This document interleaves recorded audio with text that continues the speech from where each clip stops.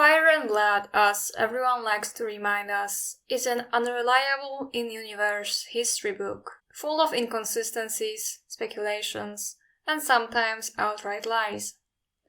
This defense is used every time one expresses dissatisfaction with the direction the show took, especially when resisting making a stepmother and a stepdaughter childhood best friends of similar age, rather than bitter rivals with a decade apart in between them. The things that are more ambiguous in the book are subject to much speculation, but one particular aspect of the story, a very important one I might add, is rarely discussed and considered a closed case, not worth looking into. The legitimacy of Rhaenyra's children. Jacaerys, Lucerys and Joffrey Velaryon are born to Rhaenyra Targaryen and Laenor Velaryon, and rather than possessing their parents' Valyrian features of purple eyes and silver hair, they have brown hair and brown eyes, leading some to gossip that they had actually been fathered by Harwin Strong, Rhaenyra's champion.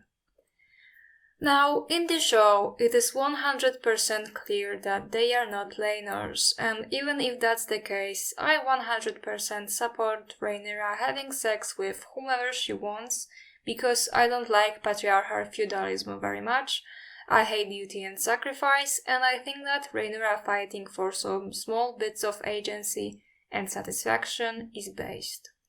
But even before the show, though, among book fans, it was considered a given that Jace, Luke and Joff were fathered by Harwin, since it seems too obvious to even debate, even in a fandom that is especially fond of scrutinizing every word in search of new theories and speculations.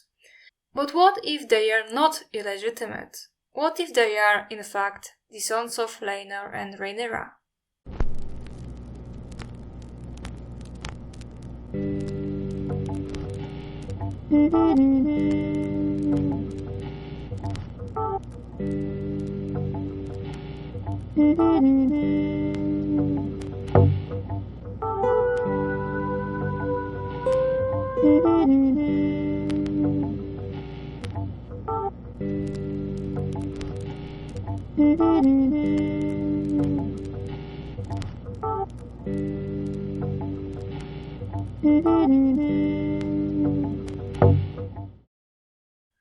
Let us start with a question that is worth asking yourself in many different circumstances of life.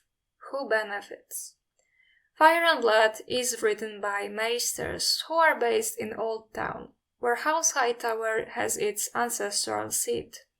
Hightowers are patrons to the Maesters of Swords and to the Fight of the Seven as well. And guess who is featured prominently in Fire and Blood? House Hightower, who stands in the way of House Targaryen. The Maesters are famously anti-magic and anti-dragons and anti-Targaryen. Marwyn the Mage puts it best in A Fist for Crows. Who do you think killed all the dragons the last time around? Gallant dragon slayers armed with swords, he spat. The world the Citadel is building has no place in it for sorcery or prophecy or glass candles, much less for dragons. Ask yourself why Aemon Targaryen was allowed to waste his life upon the wall, when by rights he should have been raised to Archmaester. His blood was why. He could not be trusted. No more than I do. Yet it is Maesters who are in charge of writing the history of House Targaryen, so suffice to say, if Fire and Blood is biased, then that bias goes towards the Greens, who represent the Hightowers, and against the Blacks, who represent the Targaryens. Fire and Blood consists of several sources. One from Septon Eustace, who does not make it a secret that he favors Aegon. On several occasions, he tries to whitewash him and demonize Rhaenyra. For example, he claims that the throne could Rhaenyra, thus rejecting her, even though she was wearing full body armor at the time she sat on it. The second is from the courtful Mushroom, who is more interested in shocking gossip of orgies and affairs, but his allegiance has always been to Rhaenyra, whom Mushroom loved deeply. The third is from Maester Munkun, who based his writings on the confession of Maester Orwyl, who witnessed the dance and sat on the Green Council. Orwyl famously tried to whitewash himself in his testimony. So already we have 2 Maesters and 1 Septon. Remember that the High Towers also are patrons of the faith. To sum up, Eustace was a green, Marsham was a black, Munkun is probably the most impartial, but his writings were based on the testimony of Orwyl, who was a green. Let us start our reasoning by bringing up a subplot in A Game of Thrones, wherein a serial cheater, wife abuser and a rapist, Robert Baratheon, so beloved by this fandom that is suddenly concerned about teenagers consenting when a Targaryen is involved, but not when he is involved, started several bastards. Per Maggie the Frog's prophecy, Robert had 16 bastards, and we actually meet some of them. All have black hair and blue eyes, typical for Baratheons, and it's what caused Jon Arryn, Stannis Baratheon, and Ned Stark to be suspicious of the parentage of Joffrey, Myrcella, and Tommen, who all had golden hair and green eyes, pointing out to Jaime Lannister being their biological father. This it is strong. How does it relate to Fire and Blood 2 centuries before any of that? Rhaenyra Targaryen gets married to Laenor Velaryon, who is rumored to actually be gay, and court gossip says that as a result of this, Rhaenyra had an affair with Sir Harwin Strong, the son of Lionel Strong, who served as Master of Laws and as Hand of the King to Viserys' council. It seems all but confirmed when all 3 of Rhaenyra's sons by Laenor have brown hair and eyes instead of the signature Valyrian purple eyes and silver hair that both Rhaenyra and Laenor have. What the show did not feature is that the grandmother of Jace, Luke and Joff, Rhaenys Targaryen, the queen who never was, had black hair in the books after her own mother, Jocelyn Baratheon. The seed is strong, remember? Show Rhaenys' hair was made silver specifically to take away any plausible deniability to the Velaryon boys and their parentage, just like casting black actors for House Velaryon. However, concept art for House of the Dragon shows that maybe that wasn't always the case, since Laena, Rhaenys' daughter, was supposed to have silver hair with a black streak. The seed is strong. Additionally, Rhaenyra is half Arryn on her mother's side. Targaryens are such blood purists that Daela Targaryen was married to Roderick Arryn, of Andal descent. Incredible, right? Anyway, we have no detailed description of Roderick or Aemma, and show Aemma had silver hair of the Targaryens, as if to purposely take away any doubt we might have about the boy's parentage. But we talk about the books, and if Aemma or Roderick had dark hair, it could reveal itself in the second generations of their offspring. The same is true for the Baratheon black. Remember Viserys' story about a silver and a black horse having a brown foal? There is a grain of truth in that. In real life, it is possible for 2 blonde parents to have dark-haired offspring, especially if a gene for dark hair goes in the family. If indeed Roderick Arryn or anyone in House Arryn had dark hair, then it is perfectly plausible for Jace, Luke and Joff to inherit it. Same goes for eye color. And because the Targaryen gene pool was very small due to intermarrying, it is possible that any new gene pool entering the family, for example the genes of Arryns or Baratheons, could take precedence over the Valyrian ones.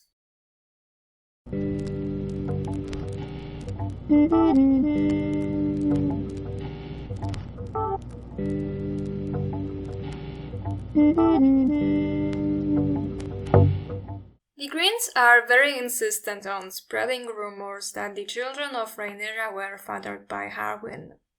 On Dragonstone, Princess Rhaenyra bore yet another son. Sir Laenor was at last permitted to name a child after his fallen friend, Sir Joffrey Lonmouth. Joffrey Velaryon was a big and red face and healthy as his brothers, but like them he had brown eyes, brown hair and features that some at court called common. The whispering began again.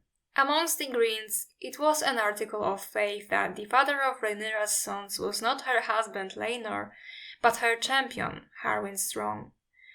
Masham says as much in his testimony, and Grand Maester Melos hints at it, whilst Septon Eustace raises the rumors only to dismiss them. The rumor works very conveniently to undermine Rhaenyra, positions her as a wanton, sexually promiscuous slut and whore, not dutiful enough, not upholding patriarchal femininity enough, no duty and sacrifice, and so on. Quite ironically, the Greens' own candidate for the throne himself fathered several bastards, but that never stood in the way for his ascension to the throne, because contrary to what A Song of Ice and Fire dude bros and their sycophants will tell you, the dance has always been about misogyny, and if they read Fire and Blood with comprehension instead of skimming through it in order to create some bogus new theories or have fuel for their anti-Targaryen contrarianism, it's so obvious that you're practically beaten over the head with it. It misses people entirely, which is a sad testament of the state of media literacy. Sir Criston Cole spoke up. Should the princess reign, he reminded them, jacaerys Velaryon would rule after her. Seven save the realm if we seat a bastard on the Iron Throne. He spoke of Rhaenyra's wanton ways and the infamy of her husband. They will turn the Red Keep into a brothel. No man's daughter will be safe, nor any man's wife. Even the boys. We know what Laenor was. Here Criston uses whatever is convenient for him at the moment. In one sentence, he says that Jacaerys is Rhaenyra's bastard by Harwin, and that's why Rhaenyra can't be allowed to rule, since Jace is her heir. Then immediately after that he says that Jace can't inherit the throne because he got Laenor's gay genes. Which is it, because it can be both. And see, this one line tells me everything about the modus operandi of the Greens. They would always find a reason. If Jace had Valyrian features, they would hype the Rhaenyra has to be usurped because her son is probably gay like Laenor. If Laenor wasn't gay, they would find something else, Andal custom for example, or they would make something up anyway. How difficult would it be to insist that Rhaenyra had an affair with Harwin anyway? How difficult would it be to spread other misogynistic rumors in a society that is already misogynistic and slut-shaming? Reading Fire and Blood, Rhaenyra is called a whore more times than I was able to count. Somehow, this misses the readers entirely, and they still insist that it has nothing to do with misogyny, everything is nuance and so on. This is the language the Greens use against Rhaenyra as a justification for her usurpation. Mayhaps the whore will die in childbirth. Is Aegon king? Or must we kneel and kiss the old horse Connie? The whore of Dragonstone, he means. I offered her an honourable peace, and the whore spat in my face. The whore on Dragonstone is not a threat. Mind you, at best Rhaenyra had sex with 2 men her entire life. This is enough to label her as a wanton whore. Is such language used against Aegon at any point? And this is how Greens in real life talk about her. Shame. Shame. Shame. Shame. Shame. Shame. Shame. Shame. Shame. Shame. Shame. Shame. Shame. Shame. Meaning that both the in-universe characters and the contemporary readers fell for this propaganda. Another important thing is that in one of the first drafts for the dance, Rhaenyra was actually married to Lionel Strong, and thus Jace, Luke and Joff were his, and there was never an issue of legitimacy in that version of events. Guess what? She was still usurped, proving what I knew since the beginning. They would always find a reason.